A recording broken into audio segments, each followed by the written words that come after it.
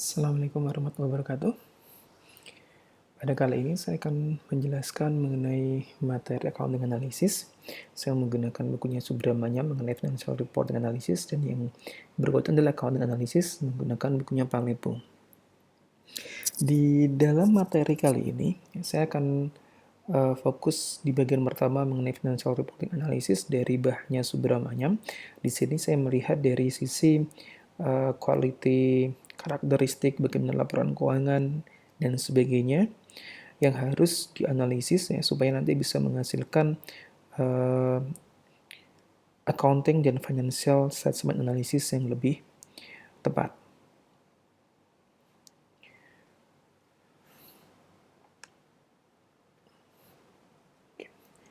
Di dalam pembahasan awal bahwa ada dalam melakukan penilaian bisnis, ya, maka segitiga pertama adalah kita harus melakukan analisis mengenai bisnis environment and strategy analysis, yang kemudian accounting analysis, yang ketiga finance analysis, terakhir adalah prospektif.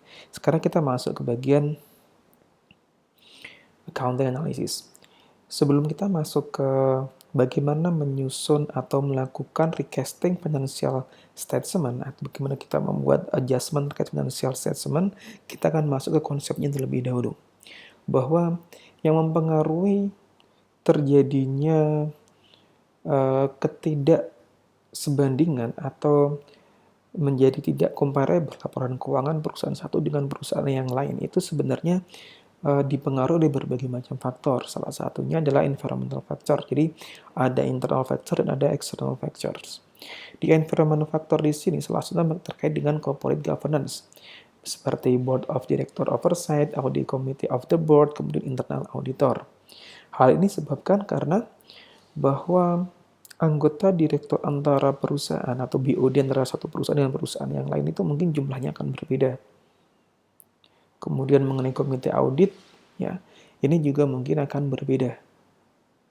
Kemudian internal auditor juga menggunakan kebijakan yang mungkin akan berbeda pula. Itu yang menyebabkan nanti dalam melakukan penyusunan laporan keuangan akan membuat baik penyajiannya maupun pelaporannya juga akan berbeda.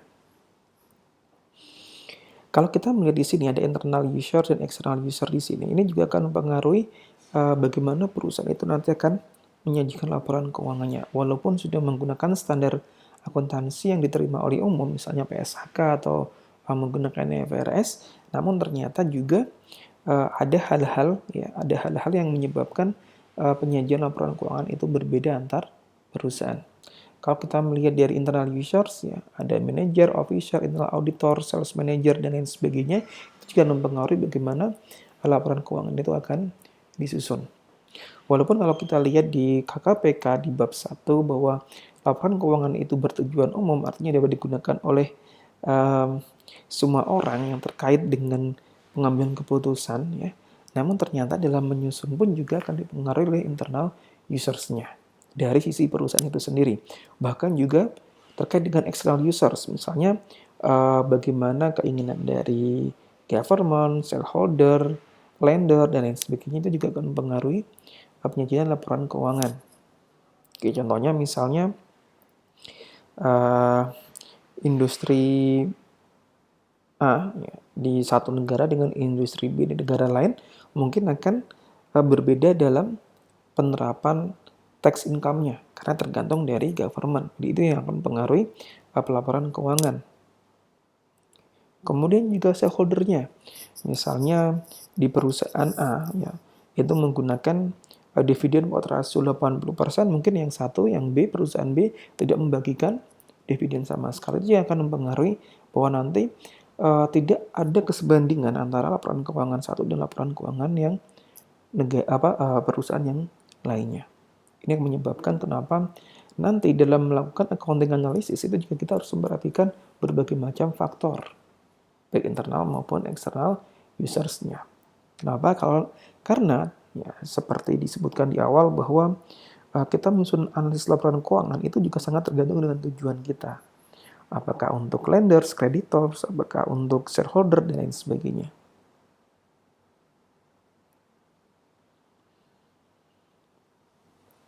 Kemudian, dalam melakukan analisis ya, ini seperti di video-video sebelumnya bahwa banyak informasi yang tersedia yang mungkin tidak disediakan oleh manajemen perusahaan, namun kita bisa menggunakan informasi tersebut dalam melakukan analisis laporan keuangan, baik business environment strategy maupun di accounting analisis. Contohnya kita bisa melihat dari berita atau informasi keuangan, ekonomi industri company news ya. Ini bisa kita lihat bagaimana nanti dampak ya, kondisi saat ini dan ke depan terkait dengan kinerja perusahaan. Kemudian voluntary disclosure ya.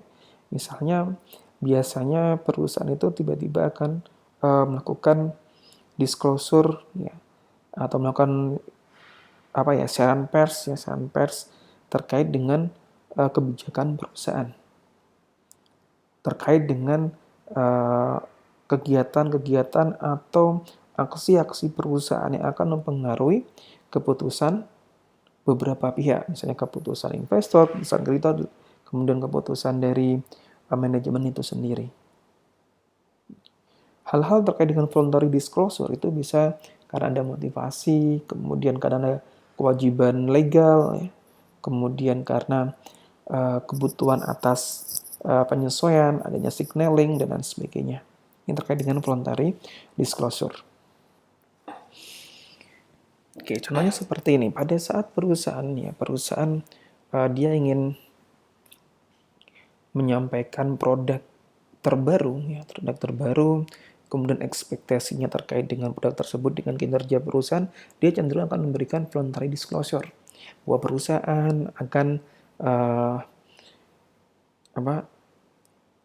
mengeluarkan produk terbaru, kemudian keunggulannya apa saja, kemudian ekspektasinya seperti apa, kemudian seperti apa, nanti dampaknya pada laporan keuangan seperti apa. Inilah voluntary disclosure.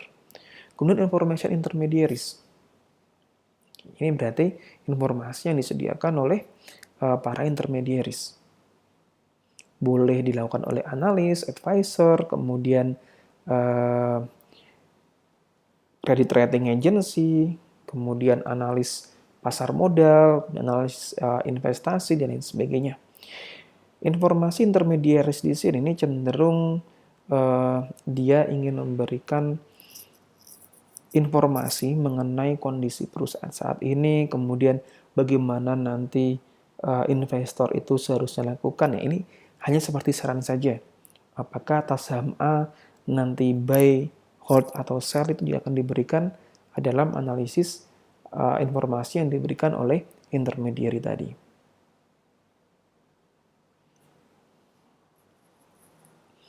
Kemudian kunci yang paling diinginkan atribut seorang analis ingin melihat dari laporan keuangan yang direview. Bahwa kalau kita melihat di kerangka konseptual penyusunan laporan keuangan, kalau kita menggunakan PSAK yang berlaku saat ini, bahwa sebenarnya ada yang fundamental karakteristik dan ada yang enhance karakteristik.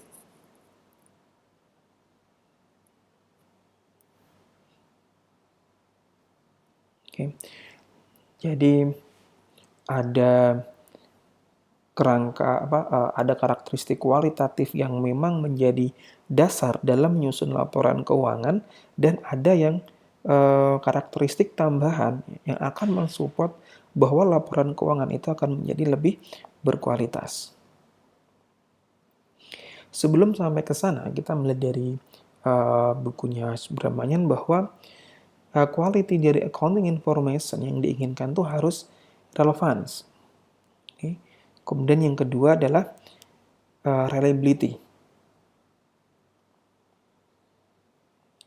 Relevance bahwa sebuah informasi keuangan itu harus memiliki kapasitas informasi yang akan memberikan dan mempengaruhi decision, ya, keputusan atas penggunanya. Ini relevance. Dan relevance di sini ini juga sama dengan fundamental karakteristik yang ada di kerangka konseptual penyusunan laporan keuangan saat ini.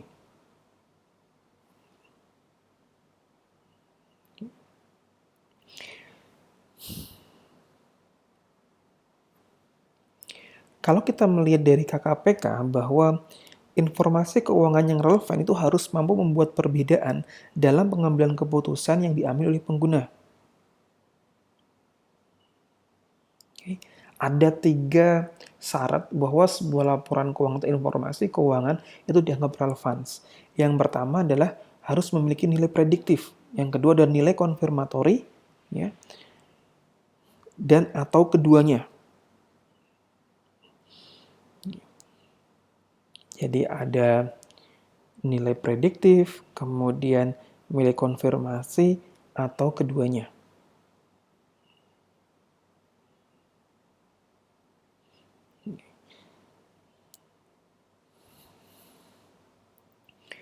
Nilai prediktif artinya bahwa informasi keuangan ya itu harus mampu memberikan informasi atau memberikan prediksinya kinerja laporan keuangan yang akan datang. Dan juga kalau nilai konfirmatori bahwa informasi tersebut itu harus terkonfirmasi dari informasi-informasi yang lainnya. Bahwa tidak boleh ada saling berlawanan antara informasi A dengan informasi yang lainnya.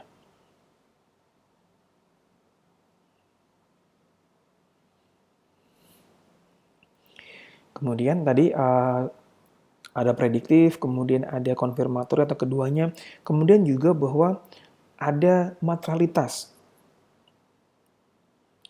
Informasi adalah material jika penghilangan, salah saji, atau pengambilan informasi diperkirakan cukup dapat mempengaruhi keputusan yang dibuat oleh pengguna.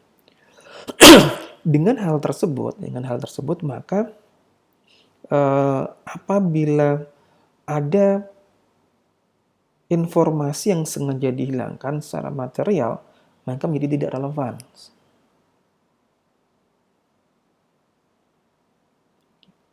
Kemudian kalau di bukunya Subramanian ada reliability, bahwa informasi yang reliable yaitu harus dapat diverifikasi, kemudian harus mempresentasikan yang wajar atau yang tepat, dan netral.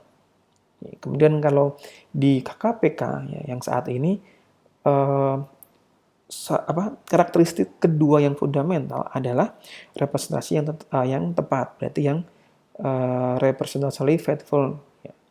Ini akan menjadi fundamental karakteristik. Jadi reliability sudah tidak ada, ya. Kemudian diganti dengan representational faithful atau faithfulness representation.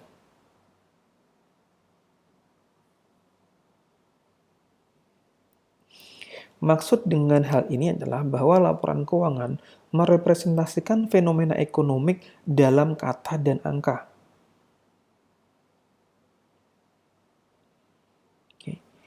Agar dapat menjadi informasi yang berguna, selain merepresentasikan fenomena yang relevan, informasi keuangan juga harus merepresentasikan secara tepat substansi dari fenomena yang akan dipresentasikan.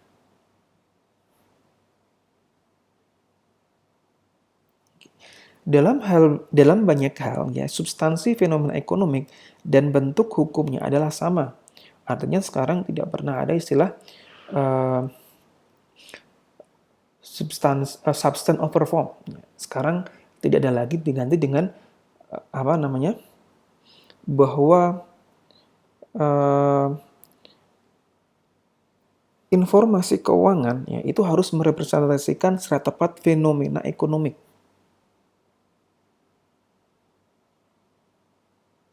Jadi tidak ada lagi bahwa substance over form, tapi diganti dengan bahwa hal yang dipresentasikan itu harus menggambarkan reality of economic.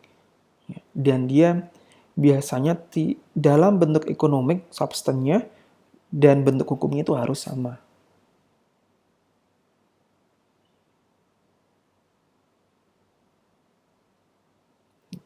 Agar dapat menunjukkan representasi tepat dengan sempurna, 3 karakteristik yang harus dimiliki adalah lengkap, ya. Jadi bahwa kalau representasi yang tepat itu harus lengkap, netral, dan bebas dari kesalahan. Kalau dulu kita mengenalnya wajar, sekarang kalau dianggap representasi yang tepat itu adalah bebas dari kesalahan. Artinya benar.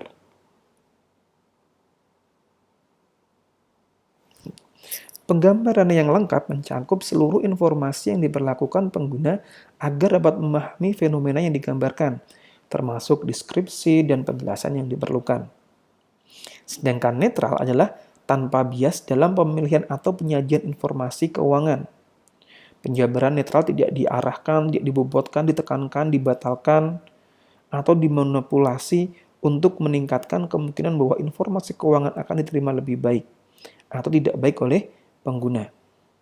Ini yang sebenarnya uh, yang menjadi kenapa accounting analysis itu dilakukan. Ada ketakutan bahwa laporan keuangan itu tidak netral yang disusun. Misalnya ada tujuan motivasi tertentu. Karena itu kenapa kita harus melakukan accounting analysis. Netralitas itu didukung oleh penerapan prudence. Penerapan kehati-hatian ketika membuat penilaian dalam kondisi ketidakpastian. Harus ada prudence. Ya, untuk bagian netralitas. Lengkap netralitas ya. Oke. Kemudian bebas dari kesalahan berarti tidak ada kesalahan atau kelalaian dalam mendeskripsikan fenomena dan proses yang digunakan untuk menghasilkan informasi yang dilaporkan telah dipilih dan diterapkan tanpa ada kesalahan dalam prosesnya. Tapi ingat di sini ya, dalam hal ini bebas dari kesalahan tidak berarti akurat secara sempurna. Tidak benar atau sempurna, ya, tidak harus 100% benar, ya. Akan tetapi di sini bahwa dari prosesnya, kemudian penilaiannya itu sudah dilakukan dengan standar yang ada, dengan kebijakan yang ada, dengan praktik yang sudah ada.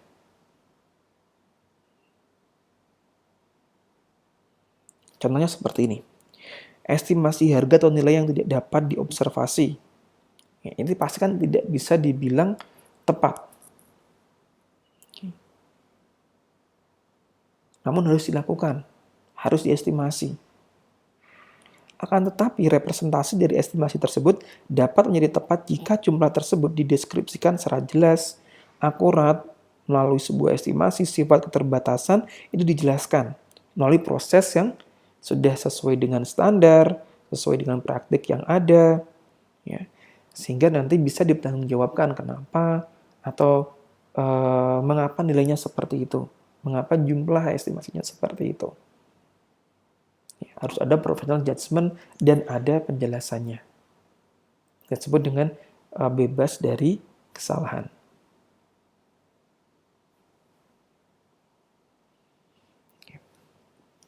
Berikutnya ada karakteristik pendukung ya, atau peningkat, yaitu ada keterbandingan, ya, kemudian ada keterverifikasian, ada ketepatwaktuan, dan ada keterpahaman. Jadi ada timelines, kemudian ada understandability, kemudian ada verifiability, kemudian juga ada comparability. Ini akan menjadi karakter peningkat kualitas laporan keuangan atau informasi keuangan. Ini bedanya sebenarnya hampir sama antara KPK dengan yang ada di bukunya Subramanyam. Cuma di dalam KPK yang terbaru kita mengenalnya adalah relevan dan representasi yang tepat.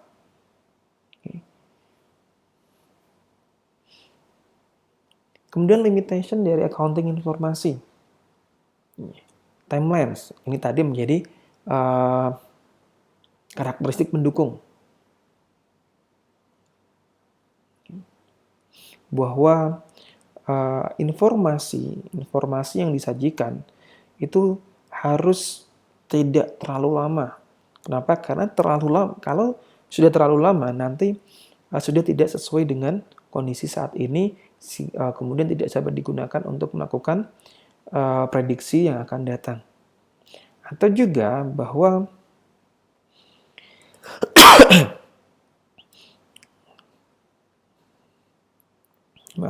Dalam timeline di sini bahwa memang kalau laporan keuangan itu kan tidak real time basis, namun biasanya akan ada batas-batas waktu penyampaian laporan keuangan ya oleh, kalau di kita mungkin oleh pemerintah, kemudian oleh Otoritas Jasa Keuangan atau Bursa Efek Indonesia, ya itu maka timeline harus yang pertama informasi harus tersedia sesuai dengan waktu yang telah ditentukan, atau bahkan kalau di pasar modal biasanya kalau ada keterbukaan informasi, ya apabila ada informasi yang akan mempengaruhi kebijakan, ya maka harus dilakukan informasi secepat mungkin. Ada batas waktunya. Itu yang akan menjadi timelines.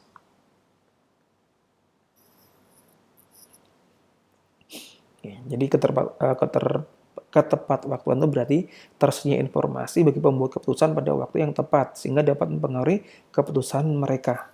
Ya, semakin lama, semakin lawas, ya, informasi semakin kurang berguna informasi tersebut. Kemudian frekuensi bahwa laporan keuangan itu harus disusun secara periodik. Boleh kuarteran, boleh tahunan, ya biasanya yang diwajibkan di bursa, di perusahaan yang sudah masuk bursa, tahunan dan kuarteran.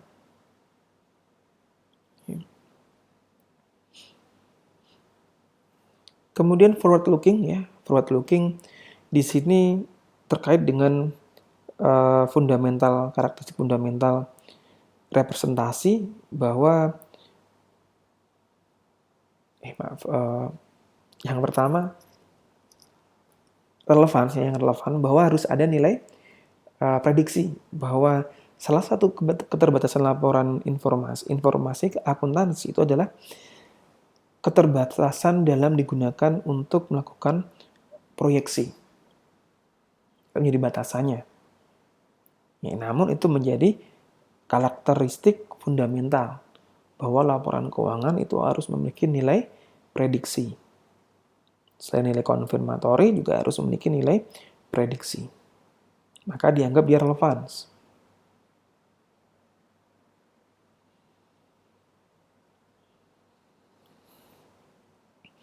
Inilah beberapa prinsip akuntansi penting yang ada di bukunya Subramanya. Namun kalau kita ngelihat yang ada di KKP ini sudah berubah. Okay. Historical cost, fair and objective values from arm's length transaction di sini, ya, berarti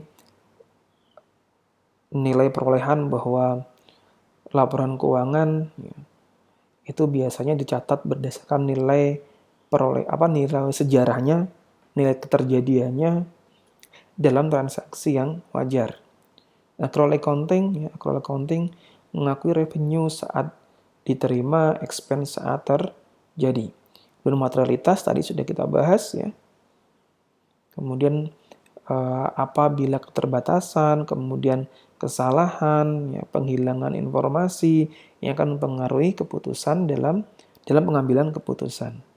Konservatisme, berarti di sini mencoba menghindari laporan yang optimis, cenderung dia akan mengakui yang pesimis. Ini konservatisme.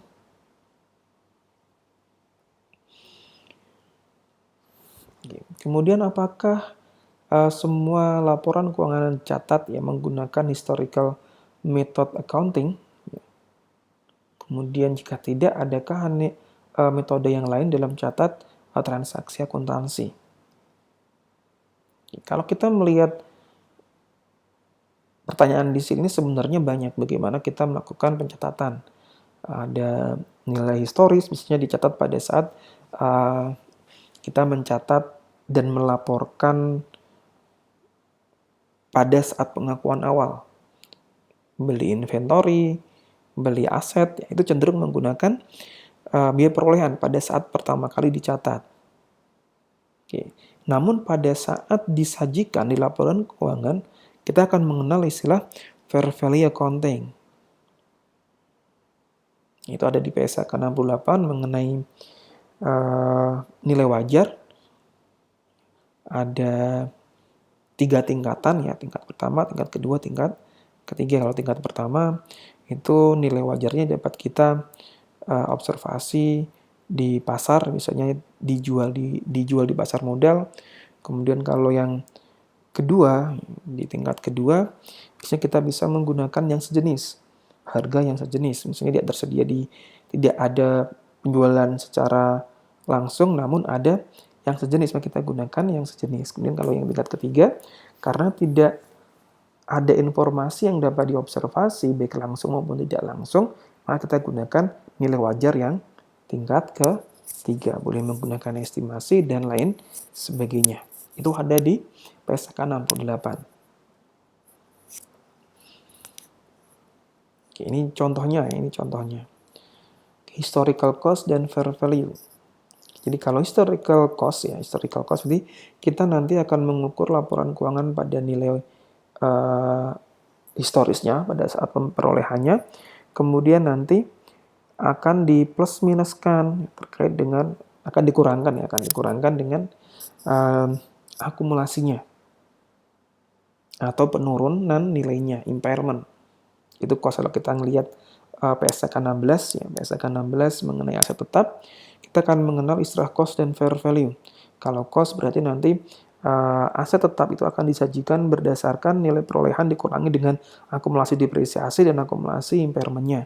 Sekarang kalau kita menggunakan fair value ya, di PSK 16 paragraf 29, kemudian paragraf 30 di cost, kalau 31 di paragraf untuk fair value, maka nanti akan disajikan berdasarkan nilai wajarnya. Ya, contoh yang berdasarkan nilai wajarnya misalnya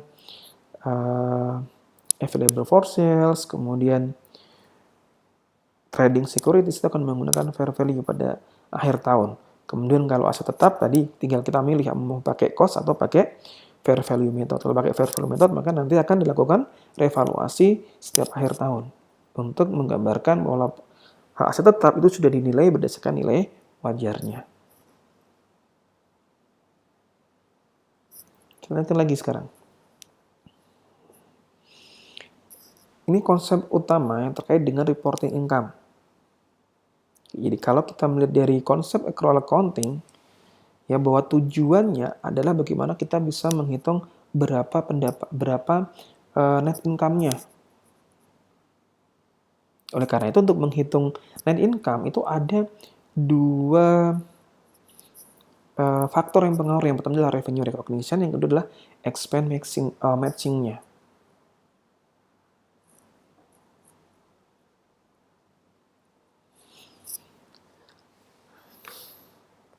Kalau kita melihat dari accrual bahwa net income itu sama dengan operating cash flow ditambah dengan accrual.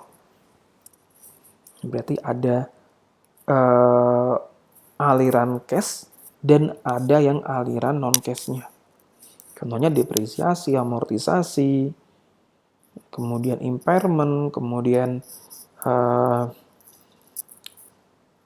apalagi misalnya kalau ada perkiraan tidak tertagih ya, sama juga impairment ya, itu juga merupakan bagian dari accruals. Oleh karena itu, ya, dasar dari accrual accounting itu bahwa kita harus bisa mengakui dengan tepat ya revenue dan expense-nya.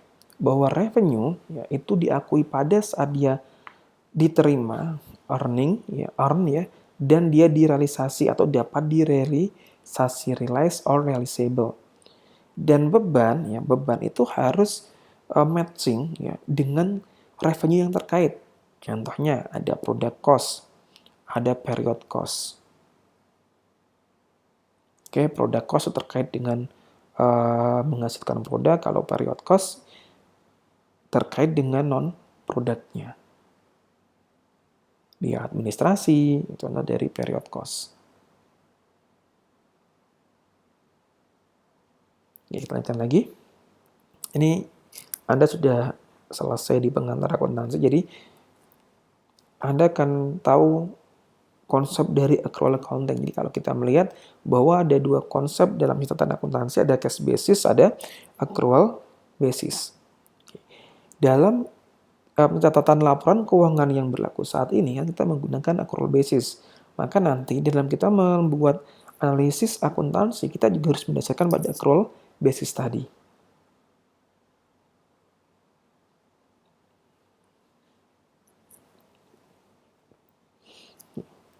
Kemudian konsep yang berikutnya adalah ini perbandingan antara accrual dan cash flow. Ini sebenarnya membandingkan mitos ya, bahwa mana yang lebih baik antara accrual dan cash flow. Kalau saya sebagai seorang akuntan ya mungkin saya akan berpikir bahwa accrual lebih bagus daripada cash flow. Namun kalau saya seorang finance, saya akan melihat cash flow lebih bagus daripada accrual. Oke, kalau saya misalnya nih, saya dari sisi finance, ya. Kenapa saya lebih suka cash? Ya, kalau kita menilai dari seorang finance, cash is source of value, dia sumber nilai dari apapun. Kenapa?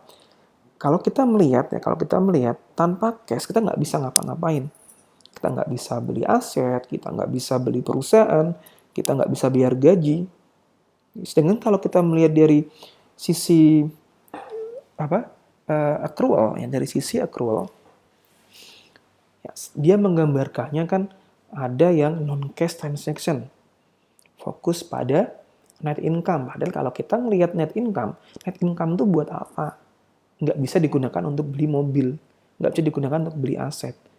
Ya, namun tadi, accrual di sini dia menggambarkan economic reality. Beban terjadi, revenue terjadi. Entah itu dibayar cash atau masih terutang.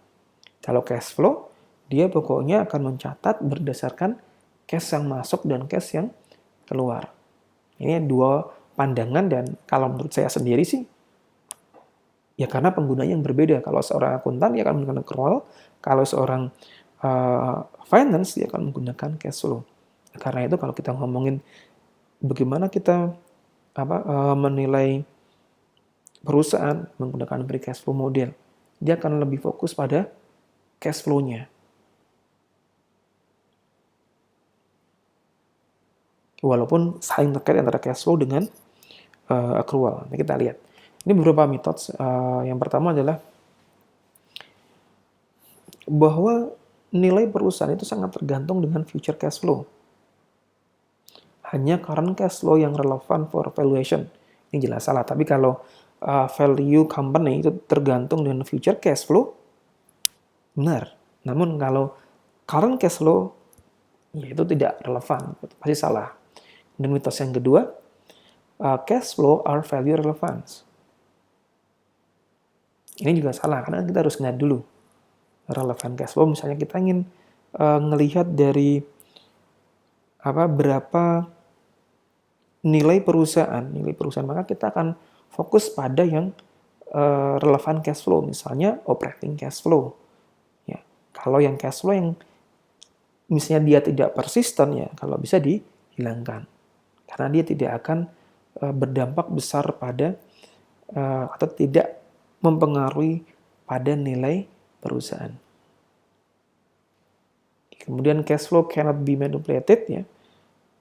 Ya, kita tahu bahwa cash itu paling gampang dimanipulasi.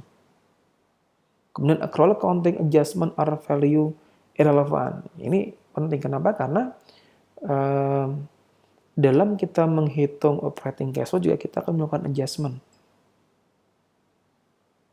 terkait dengan adanya non-cash transaction tadi. Maka adjustment dalam accrual accounting ini sesuatu yang penting dan relevan untuk menentukan bahwa cash tersebut, beban tersebut, pendapatan tersebut itu yang memang terkait dengan operasi perusahaan.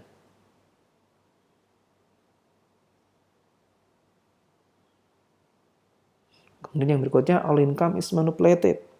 Bahwa income itu dapat dimanipulasi. Mungkin kalau kita tahu memang kebanyakan kasus-kasus terkait dengan window dressing itu adalah manipulasi income.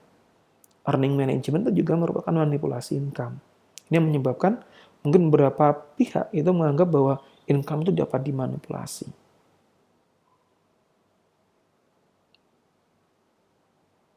Kemudian yang berikutnya, it is impossible to consistently manage income upward in the long run. Kenyataannya sebenarnya bisa bahwa kita bisa memanage income ke depannya, yaitu bisa naik atau konsisten ya, dalam jangka waktu yang panjang. Ini beberapa mitos-mitos yang nanti kebalikannya adalah kenyataannya. Ya, accrual accounting is more relevant than cash flow. Oke, ini kalau kita ngelihat dari sisi accounting memang benar. Dia relevan terhadap cash flow. Lebih relevan daripada cash flow. Dia bisa menggambarkan pendapatan yang tepat dalam periode yang tepat, kemudian expense yang memang seharusnya diakui, itu dia lebih pas dibandingkan dengan cash flow. Kemudian cash flow more reliable than accrual. Ya. Ini kenyataannya memang seperti itu. Bahwa cash flow itu cenderung reliable dan accrual. Tadi saya sebutkan ya, cash flow itu is king ya. Kalau di dalam bahasanya manajemen keuangan, cash flow is king. Source of value. Ya, cash flow. Accrual accounting number subject to accounting distortion. Kenyataannya iya. Ya. Accrual accounting tadi, karena ada earning management, kemudian boleh memilih beberapa pilihan metode, itu menyebabkan adanya accounting distortion. Kemudian company value can be determined by using accrual accounting number. Ya. Di laporan keuangan, ya. Di laporan keuangan, kemudian kita bisa mencari accounting operating cash flow, kemudian kita bisa mencari perubahan pada capital expenditure, kita bisa menghitung perubahan dalam working capital yang akan menyebabkan kita bisa menghitung berapa free cash flow, baik free cash flow for firm maupun free cash flow for equity. Inilah dampak transaksi pada income, free cash flow, dan company value. Bagaimana kalau ada sales on credit? Sales on credit ya. Kalau pada income, kalau kita menggunakan income effect accrual ya, accrual di sini, maka akan meningkatkan income. Namun kalau kita ngajari free cash flow effect ya, free cash flow effect di sini misalnya kita menggunakan cash basis ya, maka dia tidak ada efeknya. Company effect value, pada saat net income dia naik, maka nanti operating cash flow-nya juga akan naik, maka value effect-nya juga akan naik.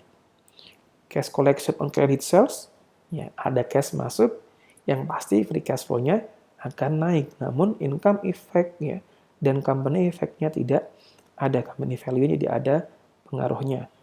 Oke. Kemudian inventory markdowns, ya income-nya turun, pasti company value-nya turun karena operating cash flow-nya juga akan turun. Free cash flow karena tidak ada keluar masuk cash, maka tidak ada pengaruhnya, dan seterusnya sampai ke cash purchase of plan asset. Kemudian key reason mengapa kita perlu melakukan accounting analysis.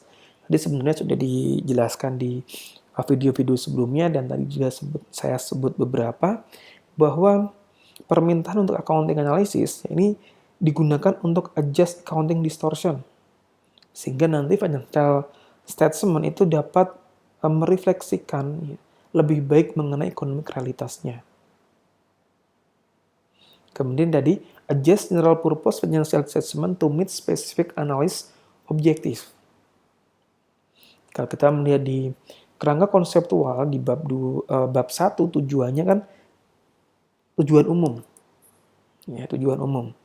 Namun di accounting analysis, di financial statement analysis di sini, kita mengubah laporan keuangan itu agar sesuai dengan tujuannya, entah untuk investor, untuk kreditor, dan lain-lainnya. Kita akan mengubah supaya nanti sesuai dengan tujuan analisisnya. Sumber accounting distortion. Yang pertama adalah accounting standard. Misalnya ada political process of standard setting, kemudian asumsi dan prinsip accounting yang berubah, dan konservatisme yang berbeda. Yang berikutnya adalah estimation error. Kemudian reliability versus relevance ya. Di sini pada saat kita meningkatkan reliabilitasnya, maka akan mengurangi relevansinya. Jadi ada dampak positif dan negatif terkait dengan reliability versus relevance. Kemudian earning management, ya, tadi window dressing dan lain sebagainya itu akan menyebabkan bahwa income yang dihasilkan itu menjadi tidak sesuai dengan kenyataan dan kinerja ekonomi perusahaan.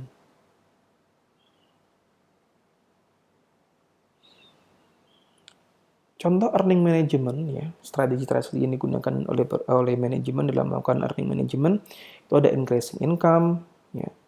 Misalnya dia managers itu mengadjust accrual dalam tujuannya untuk meningkatkan net income-nya. Kemudian ada big bet, ya.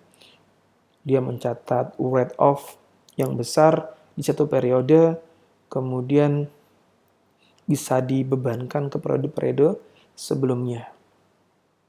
Kemudian ada income smoothing di sini. Ini biasanya supaya kelihatan kinerja perusahaan itu cenderung stabil. Bisa naik, walaupun dikit naik terus. Daripada dia terlalu volatile. Dan motivasi kenapa manajemen itu melakukan earning management.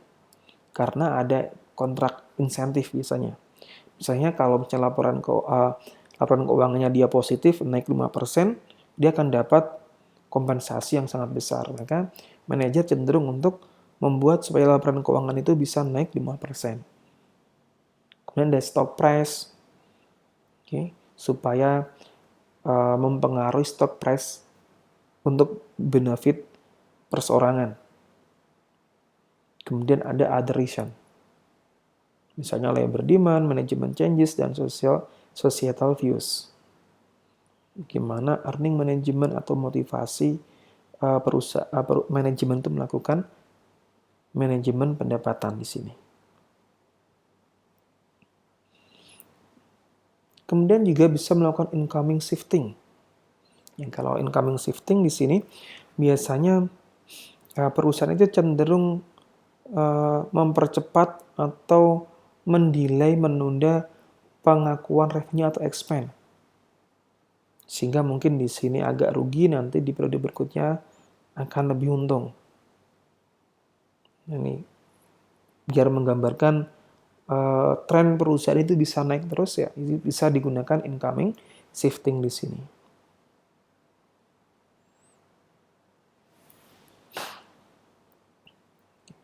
Kemudian proses accounting analysis.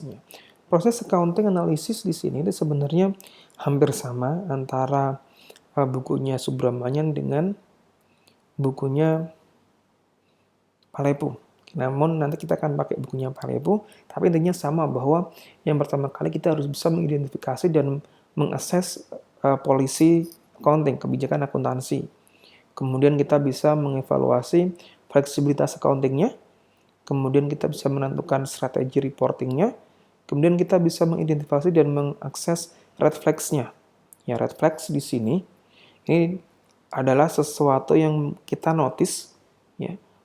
Apakah ada misalnya yang tadi bebannya naik drastis, kemudian ruginya tiba-tiba, kemudian jumlah akun yang jumlah atas akun tertentu itu yang tidak wajar. Ini bisa menjadi red flag buat kita. Yang perlu kita lakukan analisis lebih jauh. Kemudian kalau misalnya ada kesalahan, ya, ditemukan nomor 4 tadi, maka kita akan melakukan recasting. Ya, kita akan menyusun, kita mengejas supaya bisa comparable dan menggambarkan reliability ekonomiknya. Oke, nanti di chapter 3-6 atau di pertemuan selanjutnya kita akan fokus pada recasting laporan keuangan.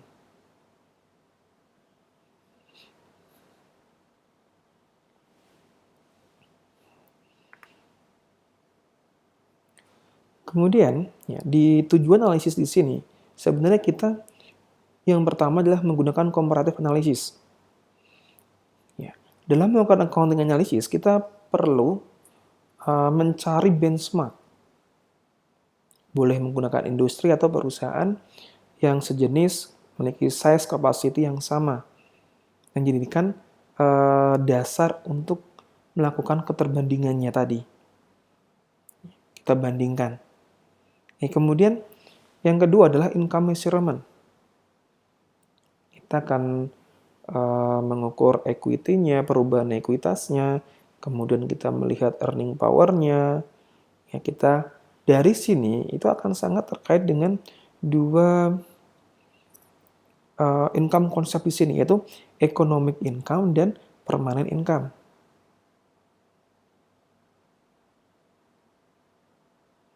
Kalau economic income, ya semua income, economic profit yang kita hitung selama ini adalah masuk ke dalam economic income. Namun economic income itu tidak semuanya permanent income. Kalau permanent income kita cenderung fokus pada sustainable profit. Biasanya diukur bahwa yang masuk dalam permanent income adalah beban dan income yang terjadi terus-menerus. Disebut dengan permanen, dia persisten ada, dia muncul setiap laporan keuangan. Disebut dengan permanent income. Nanti kita akan bahas di pertemuan selanjutnya. Oke, di sini ya. Economic concept of income, ada economic income, ada permanent income, dan ada operating income. Kalau economic income itu mengukur perubahan dalam shareholder wealth. Jadi economic income di sini ya, ini bisa menggambarkan cash flow saat ini ditambah dengan present value dari expected future cash flow. Jadi termasuk laporan keuangan yang kita kenal saat ini dan juga ditambah dengan present value dari expected future cash flow.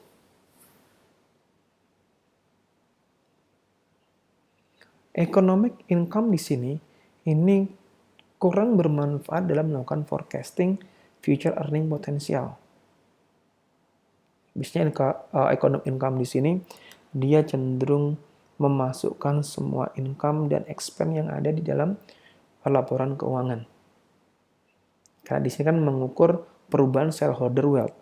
Jadi ada net income yang kita hasilkan dikurangi dengan dividen ditambah dengan ekuitas sebelumnya, nanti akan ketemu ekuitas saat ini kalau kita ukur dengan nilai historis. Kemudian kalau kita ukur dengan nilai wajarnya, kita bisa melihat dari price-nya, share price, economic income. Ini ada beberapa advantages dan disadvantages-nya. Yang pasti dia comparability, konsisten, kemudian reflect current information, kemudian lebih pas untuk equity analysis. Kemudian berikutnya, sekarang kalau kita lihat dari accounting yang saat ini dan economic income, bedanya pasti kalau accounting dia menggunakan historical cost, kemudian basisnya transaction, kemudian conservatism, earning management. Sedangkan kalau kita menggunakan economic income, karena dia menggambarkan reality, maka dia cenderung fair value. Kemudian tidak menggunakan conservatism. Basisnya basis transaction plus forecast yang terkait dengan economic income. Oke. Saya cukupkan, terima kasih. Ketemu lagi di penjelasan di video selanjutnya. Assalamualaikum warahmatullahi wabarakatuh.